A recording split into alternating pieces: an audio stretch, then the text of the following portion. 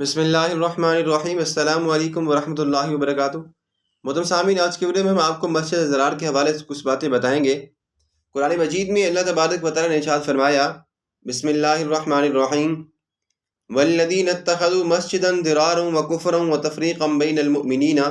وارصادا لمن حارب اللہ ورسولہ من قبل وليحلفن ان اردنا الا الحسنى واللہ یشہد انہم لکاذبون لا تقم فیہ ابدا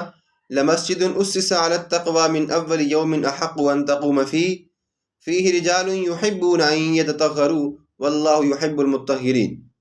سورۃ توبہ آیت نمبر 107 اور آیت نمبر 108۔ ترجمہ: اور منافقوں میں سے وہ لوگ بھی ہیں جنہوں نے اس غرض سے ایک مسجد بنا لی کہ نقصان پہنچائیں گے، کفر کریں گے، مومنوں میں تفرقہ ڈالیں گے اور ان لوگوں کے لیے کمین گاہ پیدا کریں جو اب سے پہلے اللہ اور اللہ کے رسول صلی اللہ علیہ وسلم سے پہلے لڑ چکے ہیں۔ وہ ضرور قسمیں کھا کر کہیں گے کہ ہمارا مطلب اس کے سوا کچھ نہیں تھا کہ بھلائی ہو، لیکن اللہ کی گواہی یہ ہے کہ وہ اپنے قسموں میں قطعاً جھوٹے ہیں۔ اے پیغمبر، تم کبھی اس مسجد میں کھڑے نہ ہونا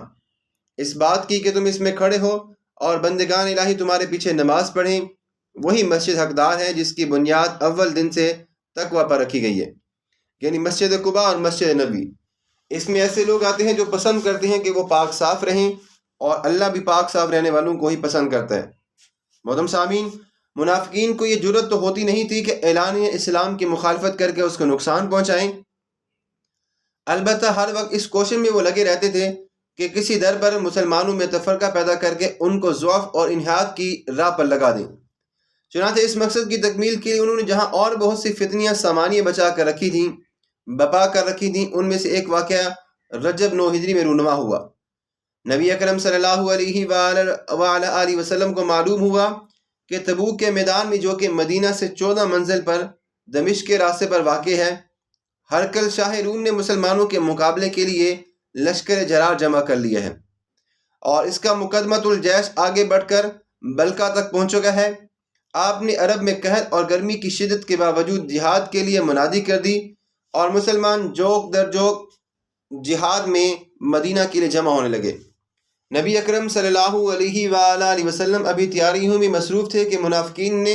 وقت سے فائدہ اٹھا کر سوچا کہ مسجد قباء کے مقابلے میں، جو کہ ہجرت کے بعد سب سے پہلی مسجد تھی، اس کے مقابلے میں ایک اور مسجد ہم تیار کر لیتے ہیں کہ جو لوگ ضعف یا کسی اور عذر کی وجہ سے مسجد نبوی میں نہ جا سکیں تو وہ یہاں پہ نماز پڑھ لیا کریں، کیونکہ اس طرح سے مسلمانوں کو برگلانے کا بھی موقع مل جائے گا اور ایک قسم کی تفریق بھی پیدا ہو جائے گی۔ محترم سامعین، یہ سوچ کر وہ نبی اکرم صلی اللہ علیہ وآلہ وسلم کی خدمت میں حاضر ہوئے اور کہنے لگے کہ ہم نے ضعیف اور ناتواں اور معذوروں کے لیے قریب ہی ایک مسجد بنائی ہے۔ اب ہماری خواہش ہے کہ حضور وہاں چل کر ایک مرتبہ اس میں نماز پڑھ دیں، واللہ وہ اللہ کے قریب مقبول ہو جائے گی۔ آپ نے فرمایا کہ اس وقت میں اہم غزوہ کے لیے جا رہا ہوں، واپسی پر دیکھا جائے گا۔ مگر جب آپ بخیرہ و کامرانی مراجعت فرمائے ہوئے تو وہی الہی کے ذریعے اس مسجد کی تعمیر کے حقیقی سبب سے اللہ تبارک و تعالیٰ نے آپ کو آگاہ کر دیا۔ چنانچہ آپ واپس تشریف لائے تو آپ نے صحابہ کرام رضی اللہ تعالیٰ عنہم اجمعین کو حکم دیا کہ وہ جائیں اور اس مسجد میں آگ لگا دیں اور اس کو خاک سیاہ کر دیں۔ چنانچہ حقیقتاً اس مسجد کی بنیاد تقویٰ اور وجہ اللہ کی جگہ تفریق بین المسلمین پر رکھی گئی تھی، اس لیے بلا شبہ وہ اسی کی مستحق تھی، اور اس مسجد کو مسجد کہنا بھی حقیقت کے خلاف تھا۔ اس لیے قرآن نے اس مسجد کو بظاہر یہ بھی کہا ہے کہ یہ باطنوں کی یا منافقین کی ایک مسجد تھی، اور یہ مسجد تقویٰ کا حصول نہیں بلکہ یہ مسجد ضرار کہلانے کی مستحق ہے۔ محترم سامعین، ہم بات کر رہے تھے مسجد ضرار کے بارے میں، جو کہ منافقین نے بنائی تھی، اور نبی اکرم صلی اللہ علیہ وآلہ وسلم نے غزوہ تبوک سے واپسی پر اس مسجد کو گرانے کا حکم مالک بن دخشم کو دیا تھا، جنہوں نے اس مسجد کو گرا دیا اور اس کو آگ لگا دی گئی تھی۔ آج کی ویڈیو کا ہم یہیں پہ اختتام کرتے ہیں، ملتے ہیں کسی اور ویڈیو کے ساتھ۔ اپنا خیال رکھیے گا، اللہ نگہبان۔